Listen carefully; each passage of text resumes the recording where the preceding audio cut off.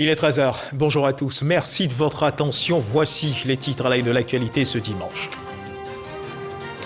Fin hier samedi à Tunis du Forum économique annuel Financing, Investment and Trading Africa 2021. Un des enjeux de ce forum, proposer des mécanismes de financement des opérateurs africains dans un contexte marqué par la Covid-19. Les ministres d'État Kandia Camara et Kobena Kwasi Adjoumani ont pris part à cette 4e édition du FITA.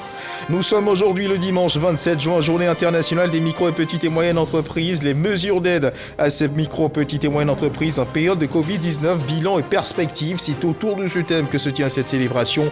À suivre dans cette édition, le message du gouvernement recueilli par nos reporters Laure Goretti et Eric Goré. En Colombie, vendredi dernier, l'hélicoptère dans lequel voyageait le chef de l'État avec 2 de ses ministres a été la cible de plusieurs balles. Le gouvernement colombien a promis une forte récompense pour toute information permettant de capturer les auteurs de l'attentat contre le chef de l'État. Voilà pour l'essentiel. Oui, bonjour à tous. Le 4 janvier dernier, les agents de la brigade mobile de Maferré ont procédé à la saisie de 720 plaquettes de cannabis et d'un poids total de 1296 tonnes dans une palmeraie située dans la localité de Kakoukro, dans la zone d'Adiaké. Le 7 juin 2021, il y a juste quelques semaines, les services de douane opéraient une importante saisie de quantité de drogue, 1,2 tonnes de cannabis du côté de Grand Bassam, d'une valeur de 67 millions de francs CFA. Il y a de cela quelques années, en 2016 par exemple, la douane ivoirienne a saisi plus de 30 kg de drogue en provenance du Brésil et en partance pour le Burkina Faso, et 8 tonnes de cocaïne en direction de la Côte d'Ivoire ont été saisies en Bolivie.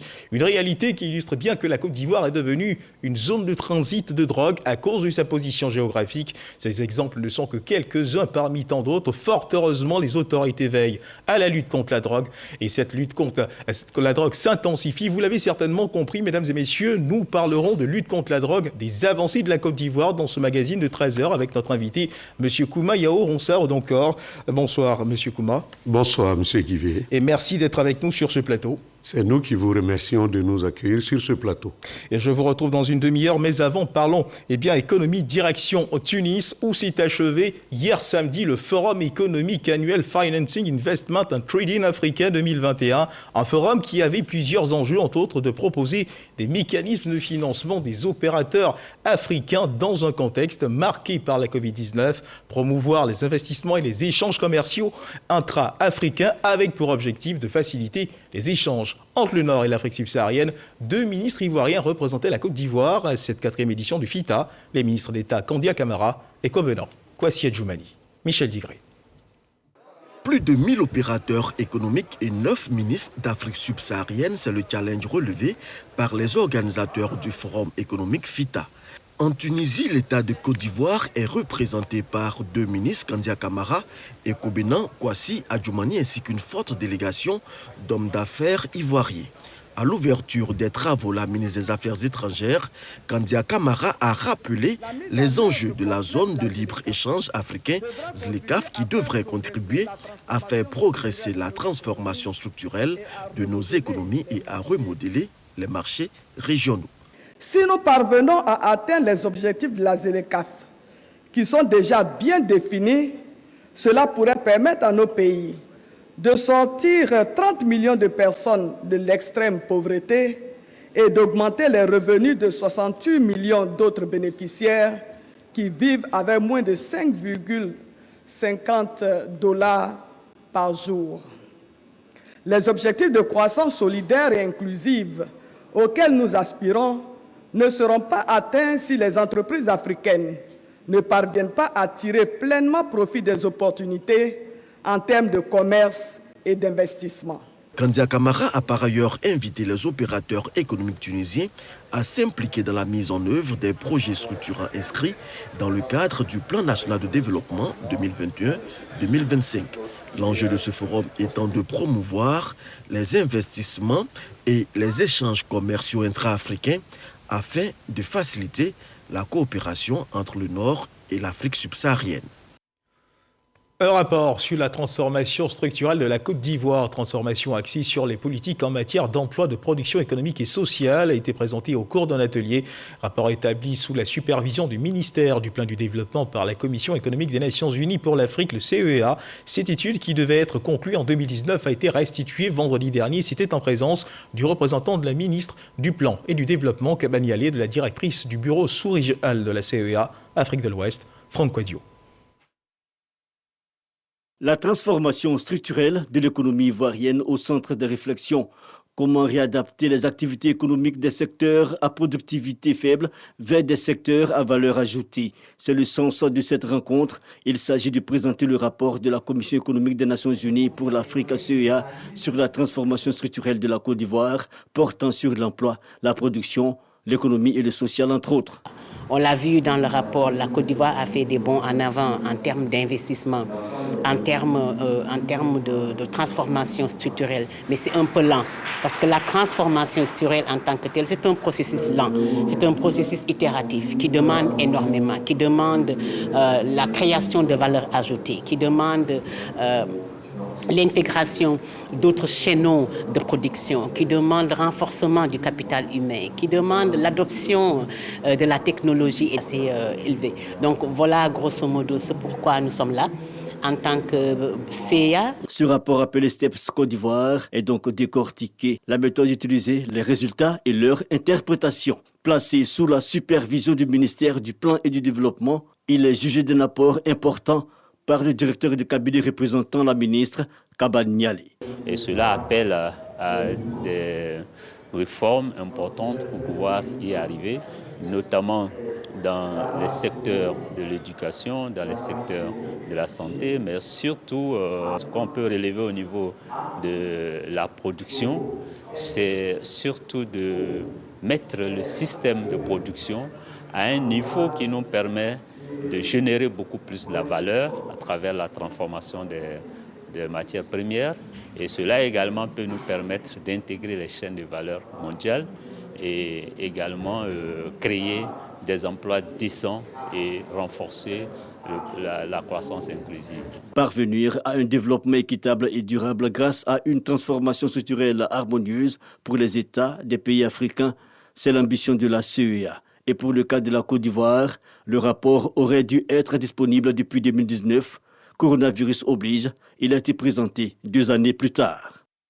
Reportage signé Franck Quadio. Ce dimanche 27 juin, c'est la journée internationale des micro et petites et moyennes entreprises. Les mesures d'aide aux micro, petites et moyennes entreprises en période de Covid-19, bilan et perspectives, c'est autour de ce thème que se tient cette célébration après les festivités du 25 et du 26 juin avec les acteurs du secteur. Place au Michel du gouvernement, lu par le ministre de la Promotion des petites et moyennes entreprises, de l'artisanat et de la transformation du secteur informel, Félix Anoblé. Laure Goretti, Jean-Marc Djadji. Croître le secteur des petites et moyennes entreprises, une priorité pour le gouvernement de Côte d'Ivoire. L'État entend densifier le tissu des PME, le rendre plus compétitif. Selon le ministre de tutelle, le pays a accompli d'énormes progrès en améliorant le climat des affaires. Sur 190 économies dans le monde, la Côte d'Ivoire occupe la 50e place. L'ouverture du guichet unique des formalités d'entreprise, chargé de faciliter les formalités administratives relatives à la création d'entreprises, à la transmission ou à l'extension des entreprises, la simplification des procédures et la réduction des coûts et des délais a joué un rôle important dans la facilitation du processus. L'année dernière, 10 milliards ont été décaissés par le gouvernement pour soutenir les PME. Cette année encore, 1200 PME seront accompagnées par l'État.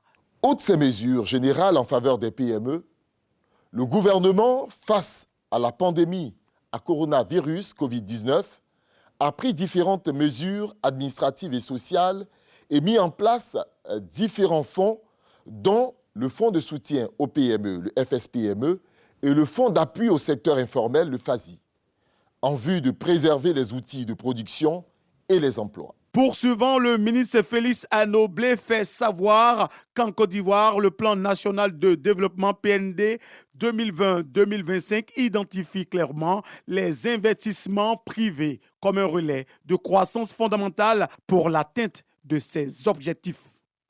Reportage signé Laure Goretti et Éric Goré. Après le service sous les drapeaux, c'est une autre vie qui commence pour les militaires, la reconversion à la vie civile. Et pour réussir cette reconversion, un accompagnement mieux, un encadrement s'impose. Le bureau d'accompagnement à la reconversion des militaires s'active à réussir sa mission. Il a signé une convention spécifique avec ses différents partenaires pour permettre aux militaires et gendarmes de mieux préparer le retour à la vie civile et, s'ils le désirent, à celui de l'entrepreneuriat. Éric Goré. Des gestes d'une importance capitale, c'est bien la signature de conventions spécifiques qui lie désormais le bureau d'accompagnement à la reconversion des militaires, BAM, et leurs différents partenaires. Ensemble, ces différentes structures s'engagent à accompagner les hommes en armes dans le milieu civil. Une reconversion qui doit se faire de la plus belle manière. Dans la mise en œuvre du projet, sur environ 5600 candidats éligibles, 2108 sont à ce jour effectivement inscrits au programme, avec 70 d'entre eux souhaitant une insertion dans des emplois de la fonction publique, 106 orientés vers les emplois salariés du secteur privé et 1932, soit 92%, désireux d'entreprendre diverses activités. C'est donc à juste titre que la cérémonie de ce jour revêt un caractère important pour nous, car elle ouvre la voie au processus de reconversion de la majorité de nos bénéficiaires dans l'entrepreneuriat. Ce sont 2000 militaires et gendarmes qui vont démarrer ce projet. Le représentant du ministre d'État, ministre de la Défense, leur a prodigué des conseils pour réussir cette reconversion. La sécurité préside à tout développement dans un pays. Sans sécurité, il n'y a pas de développement. Donc, monsieur le représentant de l'AFD, je pense qu'avec vous, nous allons mobiliser davantage de financement, non seulement pour la réinsertion des militaires, mais pour aussi appuyer tous nos programmes de sécurisation qui se déroulent sur le territoire national, puisque vous connaissez les menaces auxquelles nous sommes exposés depuis un certain temps. Les partenaires, quant à eux, s'engagent à accompagner efficacement ces militaires et gendarmes dans ce noble projet. Les bénéficiaires ont plusieurs atouts qui vont militer forcément au succès de cette nouvelle vie. Un militaire reconverti est une force économique pour la nation. Et nous, en ADER, nous travaillons dans le domaine agro-pastoral. Nous accompagnons les opérateurs qui veulent s'inscrire dans ce domaine-là. Et comme on le dit quelque part, l'économie de la Côte d'Ivoire repose sur l'agriculture. Nous avons pensé que c'était une très bonne initiative de la part du BARM de reconvertir les ex-agents de l'armée dans le domaine agro-silvopastoral. Cette signature de convention spécifique va concerner à court terme 5000 ex-militaires et gendarmes. Certains seront orientés dans le secteur privé et la fonction publique, d'autres dans l'auto-emploi. Et loin des chemins de la reconversion, intéressons-nous à la lutte contre la déforestation tropicale. Dans le cadre de la lutte contre justement la déforestation tropicale, l'Alliance pour les forêts tropicales et le Forum économique mondial en partenariat avec Proforest était en atelier à Abidjan. L'objectif étant de créer des opportunités de dialogue afin de mobiliser les parties prenantes pour s'aligner sur des actions communes pour réduire la déforestation associée à la production agricole en Côte d'Ivoire. Astoutoré Danyoko.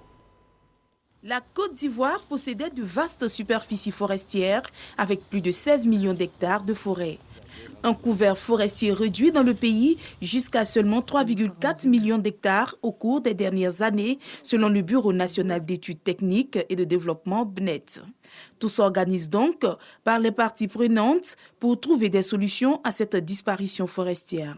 En initiant cette rencontre, l'Alliance pour les forêts tropicales et le Forum économique mondial, en partenariat avec Proforest, veut identifier les approches et les actions communes pour réduire la déforestation associée à la production agricole en Côte d'Ivoire. Il y a énormément d'initiatives et d'efforts qui se font déjà au niveau des différentes initiatives. Nous avons réuni ici aujourd'hui le secteur de palmier à huile, du bois et de l'EVA et également du cacao. Et nous souhaitons voir comment, ensemble, on peut avoir un impact plus incisif et également comment créer des coordinations par rapport à ce qui se fait déjà. En 1960, c'était plus de 12 millions d'hectares de forêt que la Côte d'Ivoire avait. Donc le phénomène est alarmant. Et face à cette situation, le gouvernement n'est pas resté les bras croisés. Et c'est ainsi que en mai 2018, nous avons adopté une nouvelle politique de préservation, de réhabilitation et d'extension des forêts, une politique ambitieuse. Le coût de mise en œuvre de cette stratégie, c'est environ 600 milliards de francs CFA. Jusqu'à 62% de la déforestation ivoirienne est attribuée à l'agriculture avec le cacao, le caoutchouc, le palmier à huile en tête. Face à cette situation, la Côte d'Ivoire, de manière générale, ainsi que les différentes filières agricoles, en particulier, ont pris des engagements et mènent des initiatives pour lutter contre ce fléau. Direction la région de la Nawa, une école primaire publique pour le village de Niapayo dans la sous-préfecture de Lilio, département de Soubré. C'est le don offert par la coopérative des éco-agriculteurs et producteurs de Robert Porte de Soubré. Les producteurs de café cacao de la localité s'engagent à travers cette action de développement à booster le secteur de l'éducation dans la région de la Nawa. Jean-Marc Jeji. Le village de Niapayo a désormais son école primaire publique. Ce bâtiment de 3 classes, financé à hauteur de 25 millions de francs CFA, est offert par la coopérative des éco-agriculteurs et producteurs de Soubré, EKPR. Une initiative qui vise à œuvrer davantage pour l'alphabétisation des enfants dans le village de Niapayo et dans la sous-préfecture de Lilio. Depuis les années passées, le village a souffert pour avoir une classe. Vous voyez, voici une classe que je vous montre là, dans l'ancien temps, qui a été utilisée par les maîtres. Et cela fait que quand les maîtres venaient même ici, tout juste après 2 ou 3 mois, ils se retournent. Aujourd'hui, vraiment, avec l'apport, l'arrivée de la coopérative, nous sommes très heureux. La coopérative aussi qui a construit ce bâtiment qui est là, qui est derrière, a promis l'équiper en mobilier, table-banc pour les élèves, et ils ont construit même un bureau, et l'équipement aussi pour le bureau, pour le directeur. Franchement, c'est une joie. Les responsables régionaux de l'éducation nationale ont exprimé leur gratitude aux producteurs de la coopérative qui, à leur tour, se sont dit prêts à doter leur localité de plusieurs infrastructures dans le domaine de l'éducation. Il ne s'agit pas seulement que d'acheter du cacao, mais il s'agit de pérenniser, comme son nom l'indique, la durabilité. Acheter du cacao durable veut dire aussi qu'il faut réfléchir comment accompagner les producteurs pour que tous les enfants de nos producteurs soient scolarisés. Avec un résultat net de 80 millions de francs CFA durant l'année écoulée, la coopérative donatrice veut contribuer fortement au développement des villages du département de Soubré. Le village de Kofikro dans le département de Bonan bénéficie désormais d'un centre d'études, d'éveil et de communication, de divertissement. C'est un don de la coopérative agricole Kapachiva et de ses partenaires, ce afin d'améliorer les conditions de scolarisation et d'épanouissement des enfants de ce village. Mahama Traoré. Dans le village de Kofikro, situé à 12 km de la ville de Bonan, les enfants bénéficient désormais d'un centre d'études, d'éveil, de communication et de divertissement. Alimenté à l'énergie solaire, cet ouvrage éducatif a été financé par Chokoneli Foundation grâce à l'entremise de la coopérative agricole Kapachiva. Avec l'outil informatique, tout le système multimédia qui est dedans, on pourra mieux encadrer les enfants. À la formation pratique et aussi à la formation aux nouvelles outils informatiques. En offrant ce centre, vous appréhendez ainsi l'enfant dans sa dimension binaire, c'est-à-dire l'enfant à la fois corps et esprit, qui a besoin d'être nourri, éduqué, soigné, choyé, afin qu'il devienne aussi un homme demain pour nous remplacer. Le centre d'études, d'éveil, de communication et de divertissement du village de Kofikro a été inauguré à la faveur de la célébration de la Journée mondiale de lutte contre le travail des enfants, célébrée chaque 12 juin. Avec vous, nous savons que notre place est à l'école et non dans les champs de cacao.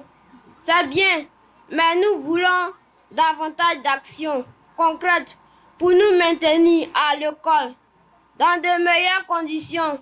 L'appel des enfants de Kofikro a un écho favorable. Les partenaires de la coopérative agricole Kapachiva ont pris l'engagement de construire dans ce village une nouvelle école primaire de 6 classes dotée d'une cantine et d'offrir 200 livres à la bibliothèque du centre ainsi que 500 kits scolaires aux écoliers lors de la prochaine rentrée scolaire. Et justement, moment culture, sachez que la RTI, la radio-télédiffusion ivoirienne, a procédé au lancement de ses programmes de vacances pour vous permettre de passer d'agréables vacances. Toutes les chaînes de la RTI sont mobilisées pour la réussite de ce pari. Les vacances, c'est en famille sur la RTI. Le thème, justement, qui a permis de guider ce lancement des vacances. Nous y reviendrons dans nos prochaines éditions. Mais parlons justement de lancement des vacances. On reste à la RTI, tel un phénix qui renaît de ses cendres. L'émission culturelle à succès de la radiodiffusion télévision ivoirienne Variétoscope, qui a bercé plus d'une jeunesse, animera à nouveau votre quotidien pendant ces vacances après une absence involontaire du fait de la Covid-19. Le lancement de l'émission a eu lieu au Studio B de la RTI. Pour cette édition, l'équipe de production avec à sa tête le producteur délégué Barthélémy Nabozouzoua a annoncé des innovations. Jean-Marc Djedji. Du 3 juillet au 7 août prochain, les populations des villes de Mans, de Gagnoa, de Samatigila, d'Adzopé et d'Adiaké vont vibrer au rythme du concours de danse initié par la radiodiffusion télévision ivoirienne RTI. Ce à travers les présélections de l'émission à succès Variétoscope, mais avant ce rendez-vous à l'intérieur du pays, un avant-goût au lancement de cette édition 2021 au Studio B de la RTI.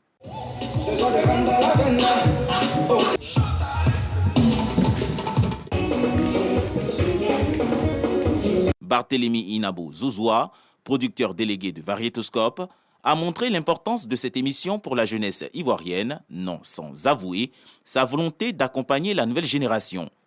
Pour cette édition 2021, des innovations ont été dévoilées dans le but de permettre aux jeunes de passer des vacances saines. En 2020, l'édition de Variétoscope n'a pu se tenir pour cause de pandémie mondiale, la Covid-19. Alors, pour ceux qui ne le savaient pas, nous étions dans l'antichambre en train de préparer donc ce retour en 2021. Et pour 2021, nous venons donc avec beaucoup d'innovations. Parlant des premières innovations, le Variéto Village qui se tenait à Abidjan uniquement pendant les manches éliminatoires se tiendra désormais même à l'intérieur. On déporte dans ce village à l'intérieur avant bien sûr une journée avant la journée de la présélection, voilà, pour permettre aux populations de voir un peu ce que c'est que Variéto Village. Et après Variéto Village ici au niveau d'Abidjan, au cours pendant le concours, nous aurons plusieurs innovations, à savoir le retour des faits historiques, des faits coutumiers, et deuxièmement une ambiance maquis qui sera transportée en plein direct. Et tout ça, c'est vraiment à vivre du côté du Palais de la Culture dès qu'on sera à Abidjan. Ce lancement a vu la participation des anciens de Variétoscope. Ils se réjouissent du retour de cette émission, absente en 2020 du fait de la Covid-19. Je suis très heureux déjà que Variétoscope revienne parce qu'en 2020, ça nous a vraiment manqué. Et je remercie toute l'équipe du NG10 et de la RTI qui nous donne encore l'opportunité de nous démontrer par A plus B que nous aimons toujours cette émission. Si Variétoscope revient sur son ancienne culture, je crois bien que c'est ça qui va apporter beaucoup de choses. Parce que c'est une émission culturelle et éducative.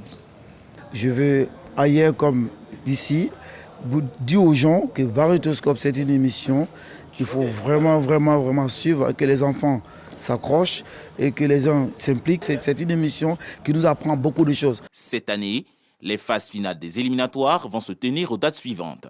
Mans, le 3 juillet, San Pedro, le 10 juillet, Samatigila, le 17 juillet, Gagnoa, le 23 juillet, Bouaké, le 25 juillet, Adzopé, le 31 juillet et Adiaké, le 7 août. Les phases finales, elles, se tiendront à Abidjan, au Palais de la Culture.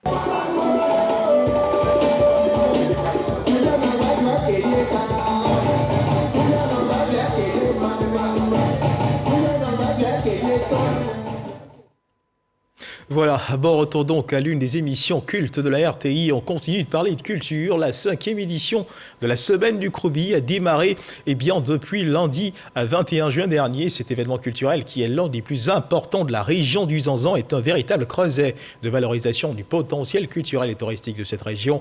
Cette année, le pays invité est le Burkina Faso, représenté à cette cérémonie d'ouverture par son consul général à Abidjan, accompagné d'une forte délégation. Débuté lundi dernier donc, cet événement culturel s'est achevé le jeudi 24 juin dernier. Herman Yamia. Perchées sur un échafaudage de 3 mètres de hauteur, ces jeunes filles tenant toutes des queues de chevaux en main au son de la fanfare dans une parfaite chorégraphie. Nous sommes à la semaine du Kroubi, une danse traditionnelle de réjouissance des jeunes filles de l'ethnie malinké de Côte d'Ivoire. Réservée aux jeunes filles vierges de la communauté, cette danse permet à celles qui vont se marier de faire leur dernière sortie de célibataire en compagnie de leurs amis et aussi un moment de fierté pour les parents. Le courbi était un événement culturel qui existe sous nos cieux depuis des siècles. Aujourd'hui, il reste culturel, mais aussi économique et touristique. Le volet économique et touristique a été mis en exergue avec la création d'un village du courbi pour permettre aux opérateurs économiques de préserver leurs produits. Tout ce que vous pouvez imaginer comme entreprise dans notre région se retrouve ici aujourd'hui. On peut dire que ça rapporte assez au district du Zanza. Pour cette 5e édition de la semaine du courbi qui a eu pour thème agrotourisme et agroécologie, c'est le Burkina Faso qui a été choisi comme pays à l'honneur. Il faut que les Burkinabés puissent s'inspirer des expériences ivoiriennes et vice-versa. Et voire même au-delà du continent, nous avons l'occasion de recevoir des amis venant d'autres continents. C'est une très bonne chose. Donc nous sommes très contents d'être là. L'un des événements culturels les plus importants de la région du Gontougo, le courbi reste à ce jour une énigme. Personne ne dit avec certitude son origine. Des personnes affirment qu'il avait lieu lors de la nuit du destin. Le but étant de mettre en éveil les hommes pendant la lecture du Coran. À ce jour, le Zanza reste la seule région où cette danse est encore pratiquée. Et en attendant d'en savoir davantage sur les origines du courbi, intéressons-nous à l'actualité sportive du moment. L'actualité, oui, c'est aussi le sport, le football. La 6e et dernière journée de la Super League ivoirienne a pris fin et depuis hier, 26 juin, l'ASEC Mimosa, l'équipe de football, a terminé championne de la saison 2021 face au FC San Pedro, qui termine donc 2e, et la société Omnisport de l'armée SOA qui a battu la FAD et a obtenu son ticket pour les Coupes africaines. Dans l'actualité internationale, hier samedi, le gouvernement colombien a promis une forte récompense pour toute information permettant de capturer les auteurs de l'attentat contre le président Ivan Duque. Vendredi dernier, l'hélicoptère dans lequel il voyageait avec 2 de ses ministres a été la cible de plusieurs balles près de la frontière avec le Venezuela. Personne n'a été blessé. À mot de religion, dans cette édition, Monseigneur Bruno Yedo, évêque de Bandoukou, a été nommé le 28 juin 2019 par le pape François. Il est originaire de la région des Grands Ponts. Une messe d'action de grâce a été dite en son honneur dans cette localité récemment. Grâce Kando.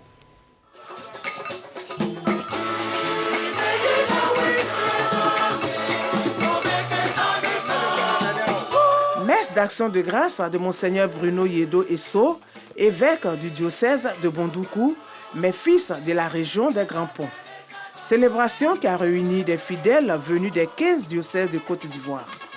Responsable de la commission épiscopale Justice et Paix, Monseigneur Bruno Yedo a exhorté les fidèles à l'amour vrai et à prôner les valeurs du pardon, de la charité et d'unité. Quant au président des évêques catholiques, Monseigneur Ignace Bessi Dogbo, il demande aux fidèles de soutenir le nouvel évêque de Bandoukou dans leurs prières en vue d'une mission fructueuse. Monseigneur Bruno Yedo, évêque de Bandoukou, a été nommé le 28 juin 2019 par le pape François et consacré le 29 septembre de la même année par son éminence Jean-Pierre Cardinal Coutois, archevêque métropolitain d'Abidjan. Et puis, mesdames et messieurs, il faut continuer de faire attention. La Covid-19 est toujours présente en Côte d'Ivoire, à suivre l'évolution de la maladie dans notre pays.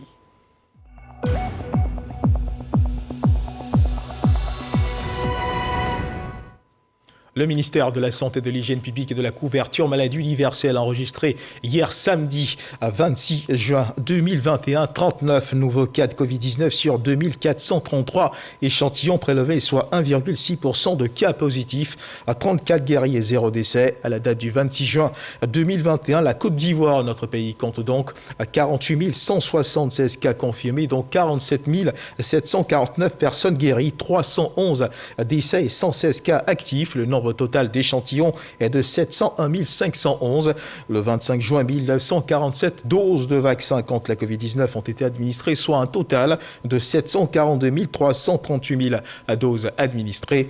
Le ministre de la Santé, de l'Hygiène publique, de la couverture maladie universelle invite toutes les personnes de plus de 18 ans à se faire vacciner dans les centres de vaccination. La vaccination contre la Covid-19, rappelons-le, est gratuite et volontaires. Et parlons justement de vaccination. Le programme élargi de vaccination depuis le 25 juin mobilise, et ce jusqu'au 1er juillet, les agents vaccinateurs dans le cadre de la Semaine africaine de la vaccination, une opération d'extrême importance à laquelle sont associés les hommes de médias et professionnels de la communication. À cet effet, une réunion d'information et sensibilisation a eu lieu au district sanitaire d'Atekoubé pour situer les enjeux de cette Semaine africaine de la vaccination.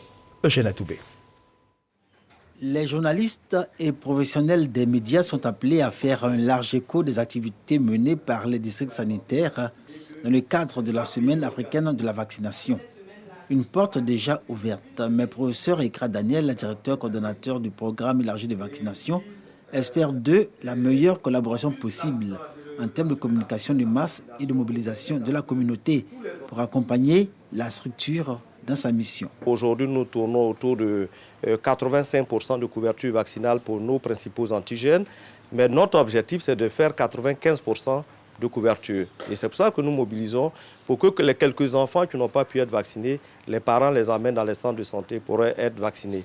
Tous les jours de cette semaine africaine de la vaccination, dans les villes, villages et hameaux de chaque district sanitaire, les agents vaccinateurs seront mobilisés pour des actions de terrain intensifiées. Ces actions seront assorties de séances d'information et de sensibilisation des communautés à l'objectif d'un meilleur rapport à la vaccination. Outre les cibles que sont les enfants de 0 à 23 mois, les filles de 9 ans et les femmes enceintes, le programme élargi de vaccination étend son action à toute la communauté pour juguler la pandémie de la Covid-19. Il y a une forte mobilisation de la population pour ce vaccin, au point où lorsque nous avons quelques ruptures, la demande est tellement forte que le gouvernement cherche par tous les moyens d'approvisionner notre pays pour satisfaire la demande. Il y a certains qui sont un peu réticents, qui ont peur de se faire vacciner. Mais on voudrait les rassurer que tous ces vaccins sont des vaccins sûrs. Et aujourd'hui, je peux même dire que les vaccins contre la Covid-19 sont des vaccins les mieux suivis et sont très sûrs. Les vaccins nous rapprochent, c'est le thème retenu pour l'édition 2021 de la Semaine africaine de la vaccination. La vaccination, selon le programme élargi de vaccination, est l'intervention la plus bénéfique en matière de santé publique. Place au Dimanche Magazine de ce jour qui ouvre une lucarne sur la lutte contre la drogue dans notre pays, les avancées de cette lutte. Notre invité, M. Komaya Oronsar, encore secrétaire général du comité interministériel de lutte antidrogue, le CILAD, nous a rejoint sur ce plateau. M. Komaya Oronsar, encore merci d'être avec nous. Merci, M. Guivet. Alors, est-il possible aujourd'hui d'évaluer, on va dire, l'étendue de ce phénomène qu'est la drogue en Côte d'Ivoire? Ah oui, on peut l'évaluer. Il faut rappeler que la lutte contre la drogue, c'est sur deux pans. Nous avons le pan de la réduction de l'offre, qui est la répression, l'application de la loi. Et le pan de la réduction de la demande, qui est la prévention, le traitement et la réhabilitation des anciens usagers de drogue. Et aujourd'hui, nous avons des idées parce que des études ont été menées. L'ONUDC, qui est l'Office des Nations Unies contre la drogue et le crime, nous a aidés à faire une enquête en milieu scolaire en 2018 et en 2019. Donc aujourd'hui, les résultats sont prêts, les documents ont été produits, nous allons le transmettre bientôt au gouvernement.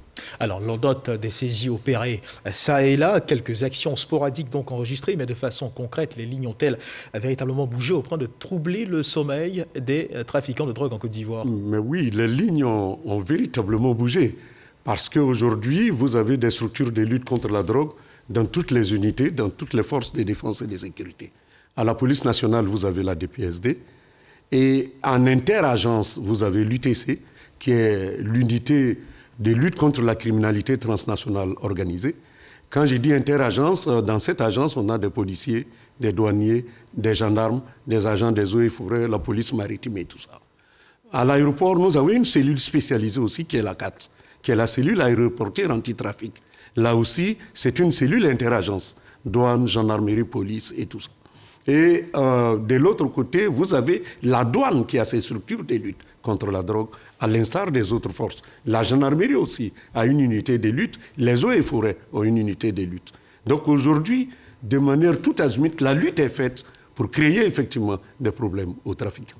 Et voilà pourquoi, avec l'opération Spaghetti, des saisies ont été opérées. L'opération Spaghetti. L'opération Spaghetti. C'est quoi l'opération Spaghetti était une opération qui a été commanditée, qui a été gérée par la Côte d'Ivoire et l'État italien.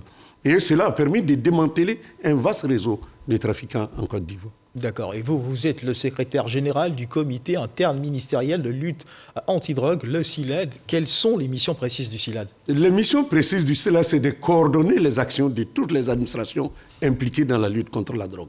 Vous voyez que j'ai cité tout à l'heure aussi bien la réduction de l'offre, gendarmerie, police, douane, les interagences, la réduction de la demande, prévention, traitement. Donc toutes les structures impliquées dans la lutte contre la drogue, le CILAD coordonne leurs actions, le CILAD bâtit la politique, le CILAD dresse chaque année les statistiques, aussi bien pour la prise en charge et que de la répression à l'État de Côte d'Ivoire. Alors, si l'on comprend bien dans les pays développés, c'est un exemple. Aux États-Unis, par exemple, on a la DEA qui est chargée de lutter contre la drogue. En France, on a la MIDLECA, la mission interministérielle de lutte contre la drogue. En Côte d'Ivoire, ici, on a le CILAD, c'est cela? Non, la DEA, c'est le Drug Enforcement Administration. D'accord. Donc là, c'est l'application de la loi. D'accord. Si vous voulez, on peut comparer ça à la DPSD, la police des drogues et des stupéfiants, qui lutte contre qui applique la loi au niveau de la police, ou la section anti-drogue de la gendarmerie, ou des douanes ivoiriennes, ou de l'UTC dont j'ai parlé tout à l'heure. Donc eux, c'est l'application de la loi chez les Américains. Par contre, le MIDLECA, en France, c'est l'image du CILAD. Mettre en place la politique, s'occuper aussi de la prise en charge des usagers des drogues. Et ça aussi, nous le faisons. Et justement, vous au CILAD, comment est-ce que vous mettez en place cette politique? Cette politique, nous la faisons. Par exemple, on vient de mettre en place le plan national intégré, qui est le plan stratégique de lutte contre la drogue en Côte d'Ivoire. Ce document a été écrit par tout le monde. Ça a été de manière inclusive. Tout le monde, c'est qui? Toutes les structures membres. Parce que nous avons 23 ministères qui sont membres du CILAD. D'accord. Donc le CILAD a pour patron le ministre de l'Intérieur et de la Sécurité.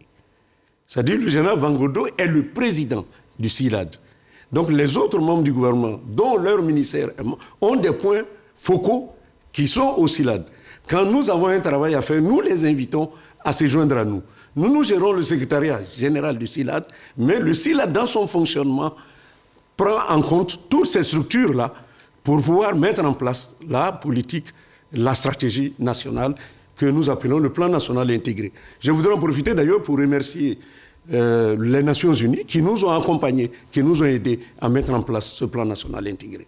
Et si l'on devait regarder l'évolution des choses en termes d'acquis dans le cadre de cette lutte contre la drogue, que pourrait-on dire au niveau de la Côte d'Ivoire en termes d'acquis? Il y a beaucoup d'acquis. Quels sont ces acquis? Par exemple, toutes les conventions par rapport à la lutte contre la drogue ont été ratifiées par la Côte d'Ivoire. La convention de 61 a été ratifiée en 62 par la Côte d'Ivoire. La convention de 71 a été ratifiée par la Côte d'Ivoire en 84. La convention de 88 a été ratifiée en 91 par la Côte d'Ivoire. La convention sur le terrorisme, parce que c'est ça aussi, le terrorisme qui a été adopté par l'ONU en 2000 a été ratifiée par la Côte d'Ivoire en 2012. La convention sur la corruption qui a été prise en 2003 par les Nations Unies a été ratifiée en 2012 par la Côte d'Ivoire. Donc, et aujourd'hui, la Côte d'Ivoire a toutes les structures en place. Comme je vous ai cité tout à l'heure, les structures de lutte contre la drogue au niveau des forces de défense et de sécurité. Mais au niveau aussi de la prise en charge, nous avons le PNTA, qui est le programme national de lutte contre le tabagisme, l'alcoolisme et les autres addictions. Tous ces programmes-là ont été mis en place pour accompagner les usagers. Au même moment où on traque les trafiquants, il y a les structures aussi qui existent pour la prise en charge. Et la Côte d'Ivoire a fait un pas énorme dans ce sens-là. Et nous pensons que beaucoup de choses ont été faites. Des professionnels ont été formés à la prise en charge des usagers. Et parce que la Côte d'Ivoire a signé un partenariat avec les États-Unis à travers ANL et le Colombo Plan, qui est situé au Sri Lanka, au Colombo. Et cette structure a permis donc de former 18 professionnels ivoiriens pour la prise en charge des usagers des drogues. Et justement, sur la traque des trafiquants de drogue, nous allons revenir, mais avant, suivons ensemble cet élément de notre reporter Jean-Marc Diadji qui nous renseigne sur les avancées de la Côte d'Ivoire engagées par la Côte d'Ivoire. Merci. L'abus et le trafic illicite de drogue, un fléau à éradiquer pour les pays africains. En Côte d'Ivoire, au cours de ces 2 dernières années, le ministère de l'Intérieur et de la Sécurité a enregistré des avancées avec des saisies de plus de 10 tonnes de cocaïne et de cannabis. Des drogues en provenance de pays d'Amérique du Sud et d'Europe, commercialisées par un vaste réseau international très vite démantelé en février et mars 2021 par les autorités ivoiriennes. Les actions de sensibilisation de l'État s'orientent de plus en plus vers la jeunesse, couche la plus impactée par la drogue avec 66% de personnes déférées. À l'heure de la crise sanitaire due à la Covid-19, les toxicomanes sont considérés comme des couches vulnérables par l'Organisation mondiale de la santé. Le gouvernement est déjà à pied d'œuvre. Alors justement, votre réaction rapidement par rapport à cet élément de notre reporter Jean-Louis. C'est ce que je vous disais. Beaucoup de choses sont faites, mais dans cela, nous ne devons pas nous arrêter. Quand on connaît des lois comme la loi de Pareto, quand on connaît des lois comme la loi d'iceberg, c'est-à-dire ce que nous saisissons, ça veut dire que quelque chose passe. Nous sommes un pays de transit et nous sommes en train de devenir aussi un pays de consommation. Et c'est là, par rapport à toute la lutte qui est menée, les gens, parce qu'il y a la CENTIF qui trace aussi, en matière de corruption, qui trace le blanchiment d'argent. Et tout ça fait qu'aujourd'hui, les trafiquants utilisent des superficies pour pouvoir passer à travers les mailles, mais l'État de Côte d'Ivoire a toutes les structures en place pour pouvoir lutter contre. Et parlons justement de subterfuge. Qu'est-ce qui est fait de façon concrète pour décourager ces trafiquants? C'est vrai qu'il existe les structures, il est également indéniable qu'elles travaillent d'un commun accord, mais de façon pratique sur le terrain, comment est-ce que ces actions-là sont coordonnées? D'abord, il y a la loi, parce qu'avant toute chose, il y a la loi. La loi 686 du 22 juillet 1988 est une loi qui lutte contre le trafic des drogues. Et alors, cette loi c'est elle qui donne l'autorisation à toutes les structures pour pouvoir lutter. Et la Côte d'Ivoire a mis en place des politiques. La Côte d'Ivoire a ratifié les différentes conventions, ce qui fait qu'il y a une communication entre l'international, les structures, du point de vue international, avec les structures ivoiriennes, pour suivre tout ce qui passe ici, pour suivre à la trace les trafiquants qui passent dans notre pays pour aller ailleurs. Voilà pourquoi tout à l'heure j'ai parlé de l'opération Spaghetti. Et lorsque vous avez lancé tout à l'heure le journal, vous avez parlé de 8 tonnes qui ont été saisies en Bolivie. Mais c'est parce qu'il y a un travail qui est fait à partir de la Côte d'Ivoire et aussi parfois à partir de l'étranger pour pouvoir suivre à la trace et traquer les trafiquants. Donc, il y a un travail qui est fait en sourdine. C'est parce que c'est un travail où on ne sort pas pour aller dire voici ce que nous faisons. Si nous le disons, nous ne serons plus efficaces. Et on voudrait savoir, cette stratégie, elle prend en compte également nos frontières parce qu'on sait combien de fois il est parfois facile pour les trafiquants de les traverser. Mais vous avez parlé tout à l'heure de la douane qui est arrêtée à la frontière. Et la douane est la première barrière et la douane le fait très bien. Toutes les statistiques que vous avez données tout à l'heure. Mais est-ce que la douane a les capacités de couvrir justement en termes de périmètre de sécurité? Mais voilà pourquoi vous avez la gendarmerie, la police, les eaux et forêts représentés sur toute l'étendue du territoire national pour pouvoir lutter. Il n'y a pas de ville où vous n'avez pas une structure de la police des luttes contre la drogue. Et je ne dis pas la police, comment on peut appeler ça, la police républicaine, les commissariats. En dehors des commissariats, vous avez la police spécialisée, vous avez la gendarmerie spécialisée, et vous avez aussi les eaux et forêts qui ont des unités dans tous les pays, dans toutes les villes. L'on assiste régulièrement à des opérations de destruction de fumoirs, qui sont même suivies de grandes publicités. C'est ça. Et souvent, ces fumoirs-là existent, on est à la barbe des riverains. Est-ce que ces actions ne sont pas des coups d'épée dans l'eau? Non. Ce ne sont pas des coups d'épée dans l'eau.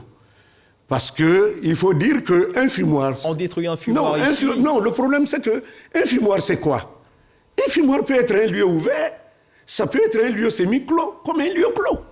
Un fumoir c'est comme un grain où on se retrouve pour partager quelque chose. Donc quand on dit on a détruit, on récupère tout ce qui est matériel pour pouvoir pavoter, si je peux utiliser ce terme-là. Donc c'est une destruction, puisque ce matériel, quand on le récupère, il n'est plus remis dans le circuit. Donc naturellement, il disparaît. Et lutter contre la drogue, ce n'est pas seulement combattre ce fléau de front, c'est aussi le faire de façon indirecte. Alors, qui dit procédure indirecte parle justement de sensibilisation. Est-ce que des actions de sensibilisation sont menées par le CILAD? Merci beaucoup. Voilà pourquoi nous étions à l'université cette semaine. Par rapport à la journée, par rapport à la journée internationale des luttes contre la drogue. Cette année, nous avons choisi le monde universitaire. Et quel est le message que vous avez passé à l'université? Le message que nous avons passé à l'université, c'est qu'un travail puisse être fait, parce que nous étions à l'UFR de criminologie, où la drogue est enseignée aux étudiants. Et il faudrait que des publications, des éléments de la recherche soit faite dans le domaine de la drogue pour informer suffisamment le gouvernement. Et nous en avons profité pour informer les étudiants, pour informer les enseignants, pour leur donner le matériel, les outils nécessaires pour pouvoir lutter eux-mêmes contre la drogue, parce que c'est un combat permanent par rapport à la consommateur, par rapport au consommateur. Ce n'est pas évident de s'en sortir parce que c'est pas facile. D'accord, alors rapidement, je suis toxicomane, j'ai envie de fuir une cure de désintoxication. À quelle porte je frappe rapidement? Soit je vais à l'INSP chez le professeur Io, qui est là, qui va nous recevoir. Il est professeur de psychiatrie. Ou on va à Bingerville. C'est vrai, on parle d'hôpital psychiatrique, mais à côté, il y a des centres de prise en charge. Ou on va à Bassam, parce que le ministère de l'Intérieur et de la Sécurité a un centre de prise en charge au niveau du centre régional de formation à la lutte contre la drogue. Et le responsable médical là-bas, c'est le docteur Kofi Brou, qui est médecin commissaire. Alors la question de la lutte contre la drogue, il est clair qu'en 15 minutes, nous ne finirons pas et bien d'en parler. Rapidement, votre mot de fin. Notre mot de fin, c'est les remerciements à l'État de Côte d'Ivoire. C'est les remerciements au président du comité interministériel de lutte anti-drogue, le ministre de l'Intérieur et de la Sécurité, le général Wagondo, qui n'a jamais cessé de nous appuyer, de nous accompagner. Et merci à la télé ivoirienne, merci aux journaux, merci à toute la presse nationale qui nous accompagne pour que cette lutte puisse être une réalité avec zéro drogue en Côte d'Ivoire. Je vous remercie. Merci à vous. Sur ces mots se referment les pages de ce journal. Juste avant de rendre l'antenne, je rappelle que dans le cadre du Dimanche Magazine de ce 13h, nous recevions M. Kouma Yao Ronsard Odonkor, secrétaire général du comité interministériel de lutte anti-drogue, avec lequel nous avons fait un tour d'horizon des acquis, mieux des avancées enregistrées par la Côte d'Ivoire dans le cadre de la lutte contre la drogue. Merci de nous avoir suivis. Dieu garde la Côte d'Ivoire.